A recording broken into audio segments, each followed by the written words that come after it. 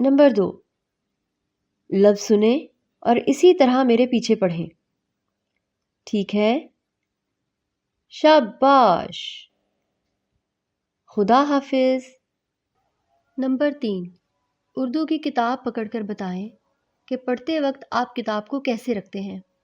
پڑھتے وقت آپ انگلیاں دائیں سے بائیں یا اوپر سے نیچے کیسے حروف پر لگاتے ہیں۔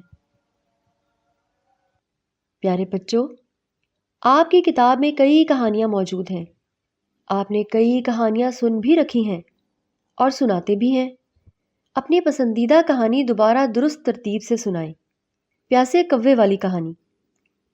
چلے میں بھی آپ کو کہانی سنا دیتی ہوں۔ آپ نے اسی طرح کہانی سنانی ہے۔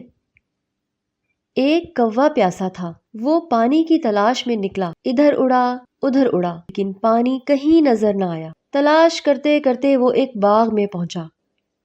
وہاں اسے ایک گھڑا نظر آیا۔ گھڑے میں پانی تھا لیکن بہت کم۔ کوے نے گھڑے میں چونچ ڈالی، چونچ پانی تک نہ پہنچی۔ کوا سوچ میں پڑ گیا۔ وہ سوچتا رہا۔ آخر ایک ترکیب اس کی سمجھ میں آ گئی۔ کوا اڑ کر گیا، کہیں سے ایک کنکر اٹھا کر لایا۔ اس نے وہ کنکر اٹھا کر گھڑے میں ڈال دیا، پھر ایک اور کنکر لایا اور گھڑے میں ڈال دیا۔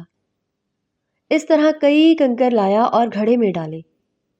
پانی کچھ اوپر آ گیا لیکن چونچ ابھی تک پانی تک نہ پہنچی۔